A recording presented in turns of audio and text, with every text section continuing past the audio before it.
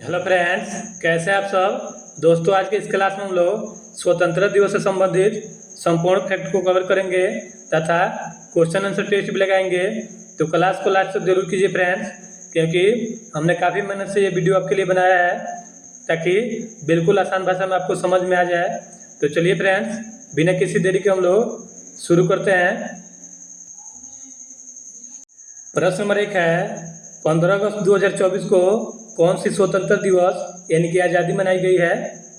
तो ये मनाई गई है 78वीं स्वतंत्रता दिवस 2024 में। देखिए फ्रेंड्स, भारत जो है 15 अगस्त 1947 को आज़ाद हुआ था, लेकिन इसके एक साल बाद 15 अगस्त 1948 को आज़ादी की पहली सालगिरह मनाई गई थी।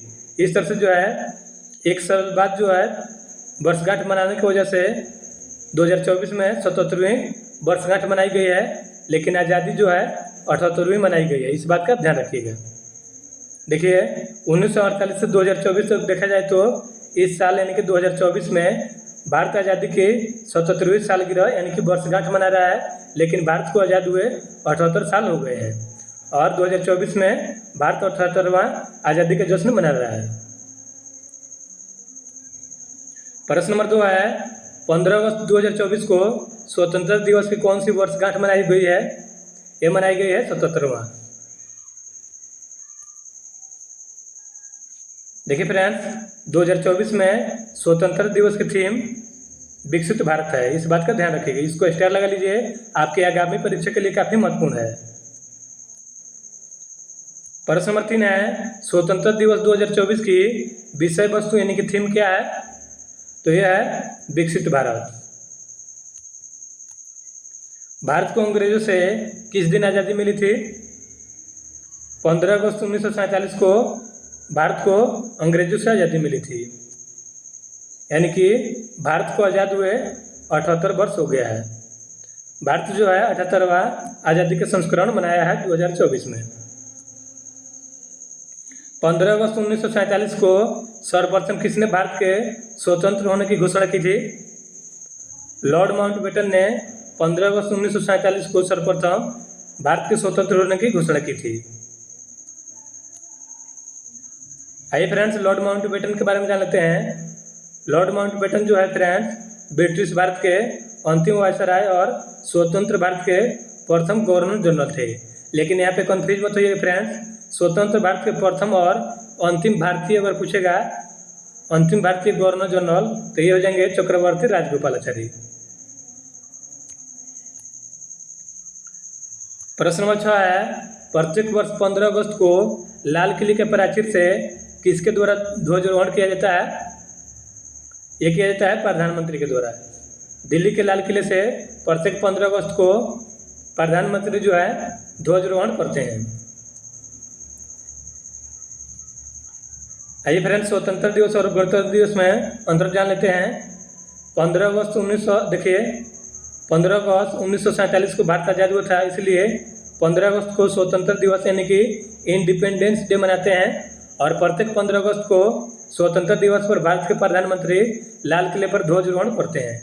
अगर आपसे प्रश्न पूछ ले ध्वजारोहण कौन करते हैं, तो ये करते हैं प्रधानमंत्री 15 अगस्त के दिन। और गणतंत्र दिवस यानी कि 26 जनवरी के दिन जो है राष्ट्रपति यानी कि कर्तव्य पथ पर झंडा फहराते हैं। झंडा फहराने में और ध्वजारोहण में अंतर होता है, ये आपको आगे मैं बताऊंगा।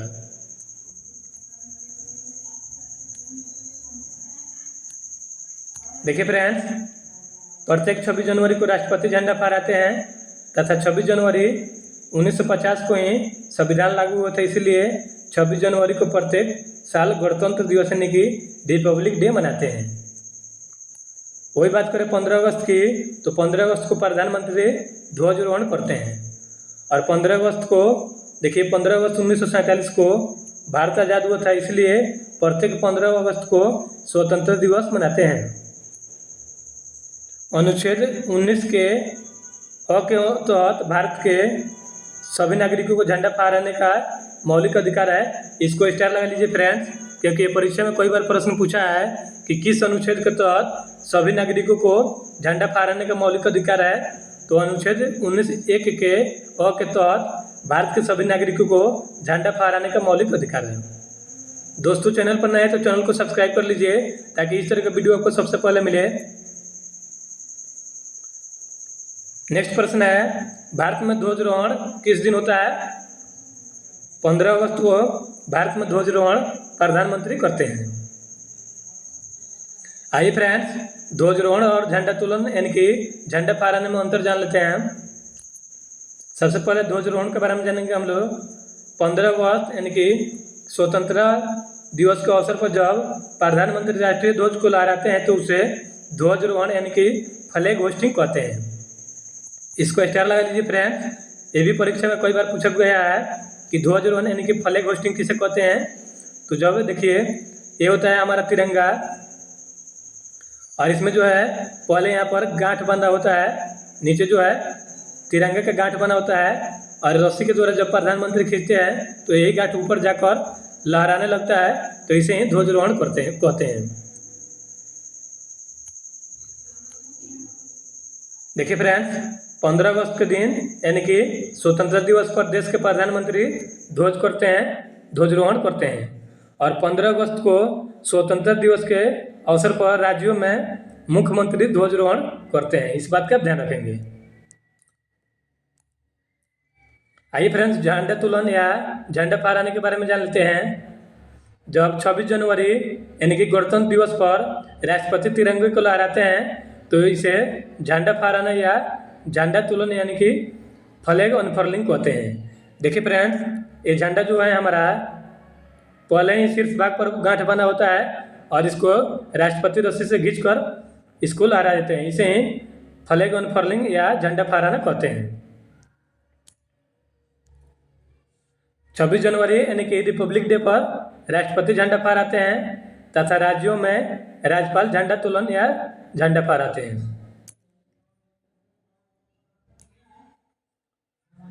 प्रधानमंत्री पद पर रहते हुए नरेंद्र मोदी दिल्ली के लाल किले पर कितने बार ध्वजारोहण कर चुके हैं? तो देखिए, 2024 को मिलाकर मोदी जी 11वीं बार ध्वजारोहण कर चुके हैं दिल्ली के लाल किले पर, और ऐसा करने वाले प्रथम गैर कांग्रेसी प्रधानमंत्री हैं। इस बात का ध्यान रखेंगे। आइए फ्रेंड्स, प्रधानमंत्रियों के बारे में जान लेते हैं जिन्होंने सर्वाधिक बार झंडा फहराया है। लाल किले से सर्वाधिक 11 बार ध्वजारोहण करने वाले भारत के प्रथम गैर कांग्रेसी प्रधानमंत्री नरेंद्र मोदी बन गए हैं। इसके अलावा देखिए, टॉप 3 की बात करें तो पंडित जवाहरलाल नेहरू के नाम का रिकॉर्ड सबसे अधिक है। इन्होंने सर्वाधिक 17 बार दिल्ली के लाल किले से स्वतंत्रता दिवस के अवसर पर झंडा ध्वजारोहण किया है, तथा इंदिरा गांधी 16 बार और नरेंद्र मोदी 11 बार किए हैं, और मनमोहन सिंह 10 बार किए हैं। इस बात का ध्यान रखिएगा। गुलजारीलाल नंदा और चंद्रशेखर ऐसे प्रधानमंत्री थे जिन्होंने कभी स्वतंत्रता दिवस के अवसर पर ध्वजारोहण नहीं किया है। भारत का राष्ट्रीय ध्वज क्या है? भारत का राष्ट्रीय ध्वज तिरंगा है। आइए फ्रेंड्स, तिरंगे के बारे में फैक्ट जान लेते हैं। देखिए, यह है हमारा तिरंगा। इसका सबसे ऊपरी भाग केसरिया होता है, मध्य भाग श्वेत रंग होता है, और सबसे निचला भाग का हरा रंग होता है। इसके बीच में जो है अशोक चक्र स्थित है, और इस अशोक चक्र का व्यास सफेद पट्टी के बराबर होता है, और हमारा तिरंगा जो है 3 आड़ी पट्टी में बना है। इस बात का ध्यान रखेंगे। केसरिया रंग जो है फ्रेंड्स, देश की शक्ति, वीरता, साहस, त्याग, बलिदान तथा शौर्य को दर्शाता है। इसके अलावा श्वेत रंग शांति और सच्चाई का प्रतीक है, तथा हरा रंग देश की समृद्धि और विकास का प्रतीक है। बात करें राष्ट्रीय ध्वज तिरंगा की, तो इसका डिजाइन पिंगली वेंकैया ने किया था, और पिंगली वेंकैया जो है एक क्रांतिकारी थे जिनका संबंध आंध्र प्रदेश राज्य से है। राष्ट्रीय ध्वज 3 बराबर आड़ी पट्टियों से बना है। इसको स्टार लगा लीजिए फ्रेंड्स। अगर आपसे प्रश्न पूछ ले राष्ट्रीय ध्वज किस हिसाब से बनाया गया है, तो ये आड़ा में बनाया गया है, यानी कि आड़ी पट्टी है इसका। आइए फ्रेंड्स, अशोक चक्र के बारे में जान लेते हैं। तिरंगे में स्थित अशोक चक्र जो है सारनाथ के अशोक स्तंभ से लिया गया है, तथा राष्ट्रीय ध्वज पर स्थित चक्र को कानून का पहिया यानी कि व्हील ऑफ लव कहते हैं। इसके अलावा चक्र का प्रतीक जो है फ्रेंड्स, जीवन गतिशील है और रुकने का अर्थ मृत्यु है, यही होता है।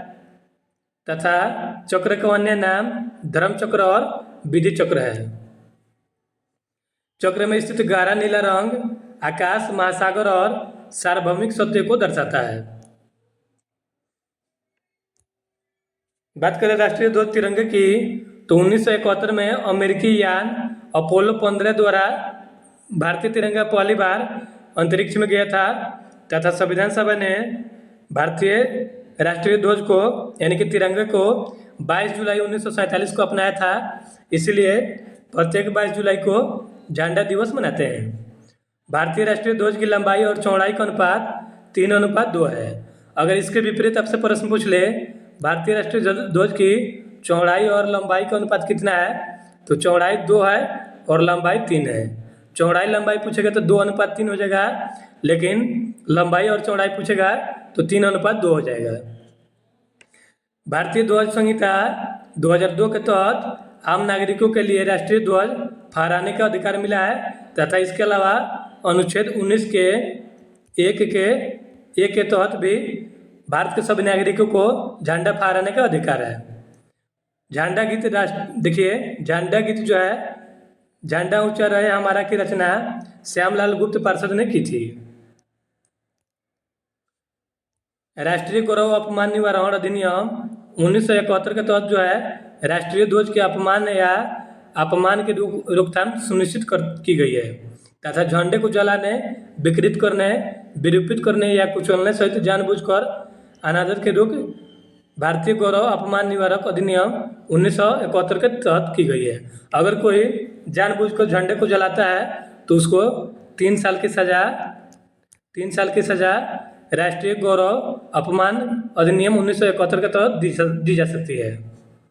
आइए भारतीय ध्वज संहिता 2002 के बारे में जान लेते हैं। इसके तहत देखिए फ्रेंड्स, राष्ट्रीय ध्वज के प्रदर्शन और रख रखाव के लिए दिशा निर्देश दी जाती है।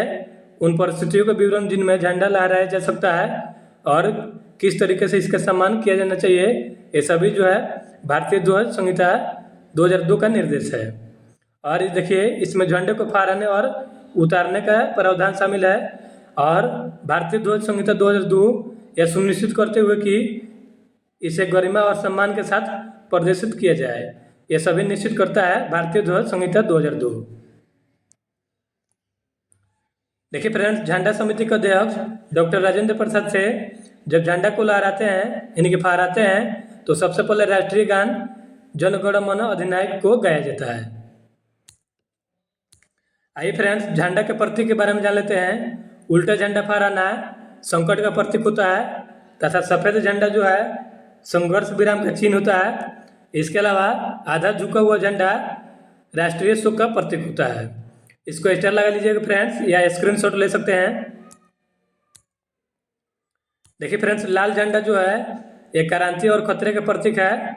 काला झंडा जो है ये विरोध का प्रतीक है तथा पीला झंडा जो है फ्रेंड्स यह संकटग्रस्त रोगियों को ले जाने वाले विमान या वाहनों के ऊपर लगाया जाता है। पहली बार भारत का राष्ट्रीय ध्वज कब और कहाँ फहराया गया था? 7 अगस्त 1906 को पारसी बागान के स्क्वायर ग्रीन पार्क के कोलकाता में 7 अगस्त 1906 को पहली बार तिरंगे को फहराया गया था। Right answer option number A हो जाएगा। 15 अगस्त 1947 को प्रथम स्वतंत्रता दिवस के अवसर पर दिल्ली के लाल किले से सर्वप्रथम किसने ध्वजारोहण किया था? ये किया था पंडित जवाहरलाल नेहरू ने।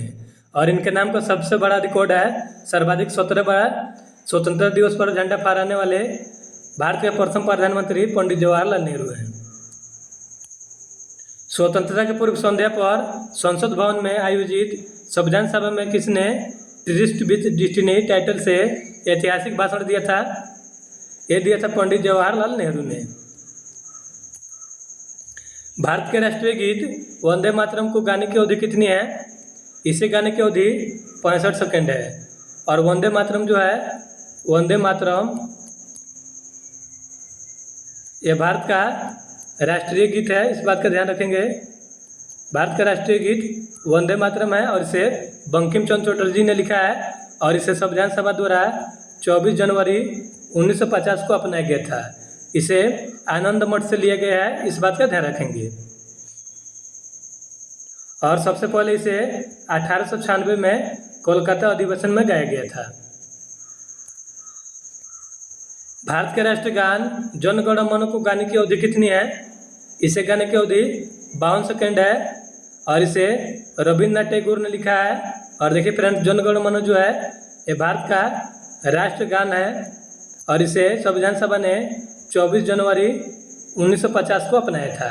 देखिए, राष्ट्रीय गान और राष्ट्रगीत को संविधान सभा ने 24 जनवरी 1950 को अपनाया था तथा राष्ट्रीय गान जन गण मन को सबसे पहले 1911 में कोलकाता अधिवेशन में गाया गया था। वंदे मातरम को 1896 में गाया गया था पहली बार, लेकिन जन गण मन को पहली बार 1911 में कोलकाता में गाया गया था। इस तरह से देखिए फ्रेंड्स, हमने स्वतंत्रता दिवस से संबंधित संपूर्ण फैक्ट को कवर कर लिया है। आपके लिए प्रश्न है 15 अगस्त को कौन सा दिवस मनाया जाता है? इसका जवाब आप लोग कमेंट बॉक्स में दीजिएगा तथा चैनल पर नए तो चैनल को सब्सक्राइब कर लीजिए और वीडियो को लाइक करने के साथ साथ दोस्तों में भी शेयर कीजिए।